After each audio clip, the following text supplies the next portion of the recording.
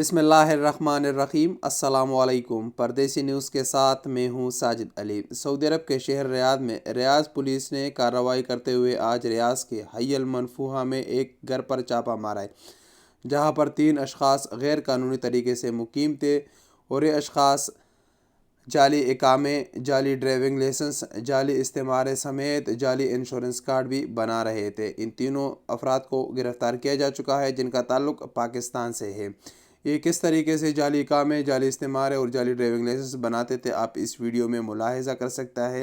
ऐसे काम करने के हवाले से अपने कीमती राय का इजहार कमेंट्स बॉक्स में दीजिए। अस्सलाम वालेकुम वरहमतुल्लाह।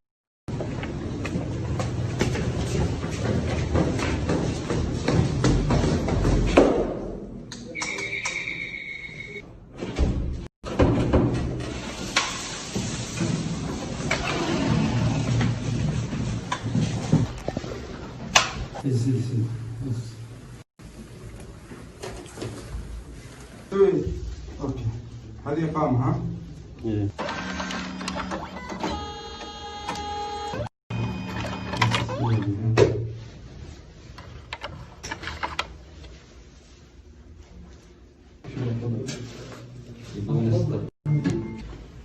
دوريات الشرطة بمدينة الرياض تضبط معمل للتزوير بحي منفوحة يحتوي على عدد كبير من الإقامات ورخص السير وشهادات صحية وبطاقات تأمين طبي وأيضا أجهزة طباعة ولواصق للسمات الأمنية.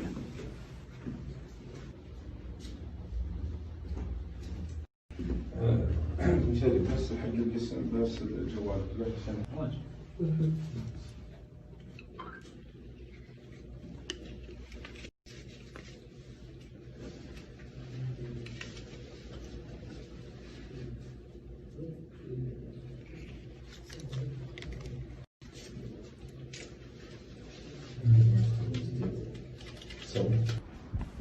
يدير المعمل 3 أشخاص من الجنسية الباكستانية، جميعهم مخالفين لنظام الإقامة وجاري تحويلهم إلى جهة الاختصاص.